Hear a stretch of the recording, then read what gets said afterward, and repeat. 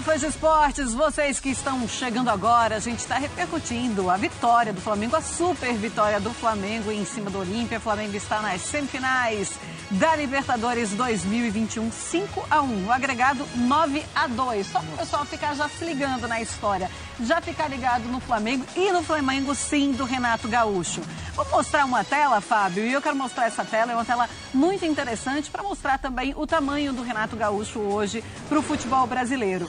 O Renato, ele está agora com o mesmo número de participações em semifinais em Libertadores, 5 participações.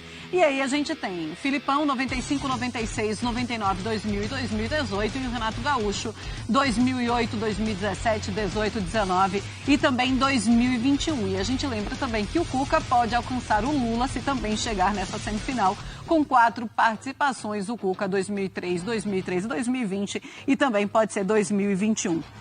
Zupac, você já estava falando sobre o Renato Gaúcho, né? Sobre se é ou não um dos grandes treinadores do Brasil ou da história.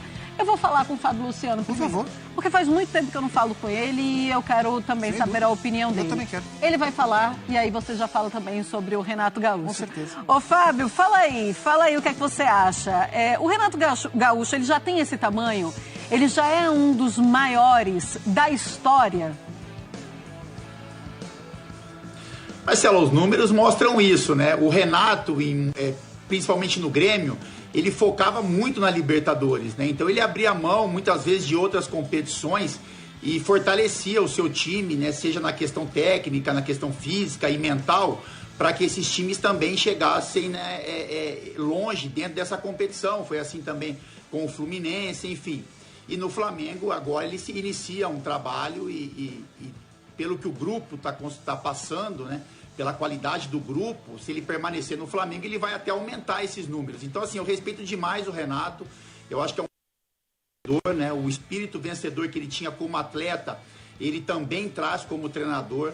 Esse boa praça, né? Esse cara que faz o ambiente do clube ficar leve, ficar bacana, enfim, tirar um sorriso do jogador, mesmo em momentos complicados, ele consegue fazer isso, e isso é muito bom, né? Principalmente quando você tem um time qualificado, quando você tem algumas vaidades dentro do elenco, quando você tem personalidades mais fortes um pouco. Então o Renato, ele consegue conduzir muito bem isso. Ele tem uma equipe muito qualificada, né? A gente escuta muito falar sobre isso. Ele tem profissionais muito competentes ao lado dele na questão de treinamento, enfim, fisiologia, médica, enfim, a questão médica, o Flamengo é muito forte isso há muito tempo, mas é um treinador que ele consegue circular por todas as áreas e trazer, né, o conhecimento que ele tem e esse alto astral em todos esses setores. Então, assim, eu considero um grande treinador. Ele apresenta isso em outros clubes. No Flamengo, esse momento do Flamengo é um momento muito especial e mágico para ele também. Porque ele foi um atacante como atleta, é um cara, como ele mesmo diz, eu sempre busco o gol, eu sempre busco que meu time jogue para frente. E isso ele foi como atleta também. Então ele tem nas mãos dele um time que foi moldado para jogar também dessa forma.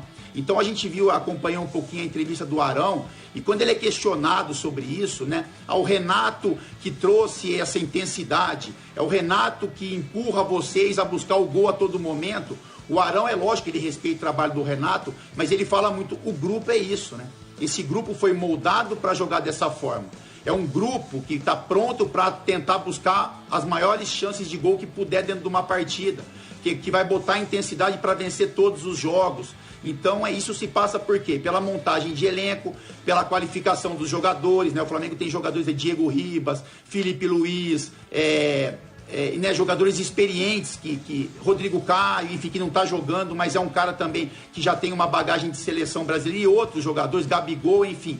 Então são caras que são muito competitivos e que conseguem também traduzir em campo tudo aquilo que o Renato foi como jogador e que pensa como treinador. Então eu acho que o Renato é um grande nome para o Flamengo.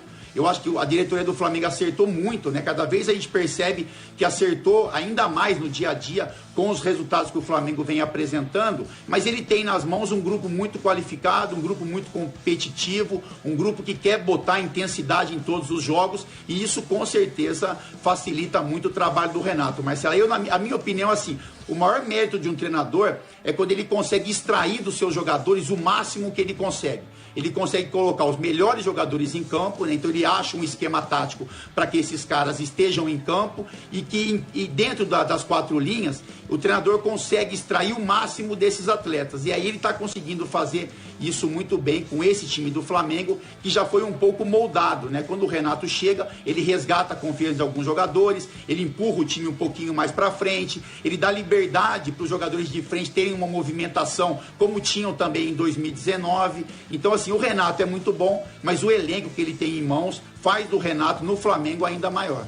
Pois é, e é isso que ele fala também em entrevista coletiva, né? Ele fala sobre a importância dos seus jogadores. Sim. Quando a gente ouve também o William Arão falando da importância do Renato, mas os números são realmente incríveis, né? São 12 jogos, apesar da gente olhar o Renato e pensar que ele já está, há um tempão nesse Flamengo, são 12 jogos apenas, e desses 12 jogos, 6 goleadas. É impressionante. Ou seja, é um Renato que fala, vai pra frente, e é um Flamengo que gosta de ir pra frente, de não parar mesmo quando já tá vencendo com uma tranquilidade. Acho que a única vez nessa gestão do Renato que a gente viu o Flamengo segurar foi contra o Corinthians, né? Aqui em São Paulo. No primeiro tempo o Flamengo poderia ter feito um 5. No segundo tempo, se quisesse, poderia ter feito um 5. Fez 3 no primeiro tempo. No segundo tempo tirou o pé, administrou o jogo, né? Até virou brincadeira. O Corinthians até venceu o segundo tempo, porque o Flamengo tirou totalmente o pé. Mas nos demais jogos, e aí o jogo contra o Sport não foi goleada, contra o Inter perdeu de goleada, contra o Defensa no primeiro jogo venceu por 1-0, mas nos demais, o Flamengo foi o tempo inteiro com o pé lá embaixo, né? E essa é uma marca desses jogadores, era uma marca do Flamengo de 19, é uma marca dessa gestão do Renato, desse curto período, mas já tão impactante, e isso é muito impressionante. Outra coisa que me chama a atenção, e antes da entrevista, Marcela, você falava, quero ouvir o Renato, porque ele vai meter a marra, que não sei o quê. O Renato do Flamengo tá num tomzinho mais baixo na entrevista, mas é uma inteligência. O Renato é um cara muito inteligente, sempre foi, né? E ele sabe que nesse momento, o foco dele tem que ser o trabalho. O mais importante para ele agora é que se fale do que ele conseguiu no campo, não das frases de efeito, das comparações dele com o CR7, da comparação dele com sei lá, com Michael Jordan, com sei lá mais quem. O melhor que o Renato tem a colher nesse momento são os elogios do campo. Então ele deixa low profile a sua entrevista e fala do campo. É muito raro ver o Renato falar tanto de campo quanto ele tem falado no Flamengo. Isso é a estratégia da inteligência do Renato e de quem, claro, trabalha com ele. Sobre a tela que a gente viu, sobre ser melhor, um dos melhores da história, não coloco o Renato como um dos maiores da história. Mas os números são impressionantes, não sei quantas semifinais de Libertadores, pode ser bicampeão, teve a final com o Fluminense, é verdade, mas não são esses números que definem tão claramente, assim, tão friamente, quem é o melhor ou quem é o pior. E aí eu dou um exemplo claro. O Vanderlei Luxemburgo nunca jogou uma final de Libertadores na carreira. E é o melhor técnico brasileiro que eu vi, né? Eu acompanho o futebol com noção. Noção a gente não tem, né? Mas com o mínimo de clareza, desde os anos 90. E o Vanderlei foi o melhor que eu vi. E o Vanderlei não tem esses números, mas o Vanderlei é gigantesco. O Tite, na Libertadores, já foi campeão, invicto, mas não tem esses números. E para mim o Tite é mais técnico que o Renato. Então, assim, ele não é um dos maiores da história, ele não tem obrigação de ser. Ele vem se mostrando um grande técnico, ele pode conquistar, pode chegar a uma terceira final de Libertadores por 3 clubes diferentes, isso não é pouca coisa. Existe, ou existia, uma curiosidade muito grande para ver como é que o Renato ia se comportar fora do ambiente do Grêmio, porque ele foi conhecido como um técnico de ponta pelo que ele fez no Grêmio, mas o Renato e o Grêmio, eles foram uma coisa só por muito tempo, então existia essa curiosidade, como é que ele vai se comportar num outro ambiente, com um outro time. E ele vem mostrando até aqui que o que aconteceu no Grêmio não é por causa, não era só fruto da união Renato-Grêmio, era o trabalho do Renato também. E ele vem mostrando no Flamengo que ele é um grande técnico. Ele é um grande técnico.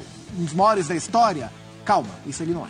Ainda, né? Ainda. Tava lembrando você falando sobre narrativa, né? Sobre como o Renato gostava de levar narrativa nas suas entrevistas coletivas. Ele fazia isso no Grêmio, mas ele fazia isso mais quando o Grêmio perdia ou quando o Grêmio começou a estar em baixa. Ele começou a ser o Renato que a gente conhece quando o Grêmio não conseguia vencer os campeonatos ou os jogos, e principalmente agora nessa reta final com o Grêmio, né? Com o Flamengo, ele não tá precisando disso. Não precisa, tá tudo em paz, tá tudo tranquilo. Pra gente, é até melhor a entrevista mais do falastrão, né? Porque rende pauta. Mas ele tem que cuidar do campo, e no campo ele tá bom. Mas às vezes eu fico com raiva. Ô, Fábio, que dá uma raiva de vez em quando, né? Vá! Mas é isso, Marcelo, eu também ia pontuar, a observação ela é perfeita, né? O Renato, quando o Grêmio começou a ter uma queda de rendimento, uma forma de proteção, blindagem do elenco, ele começou a se colocar muito à frente, né?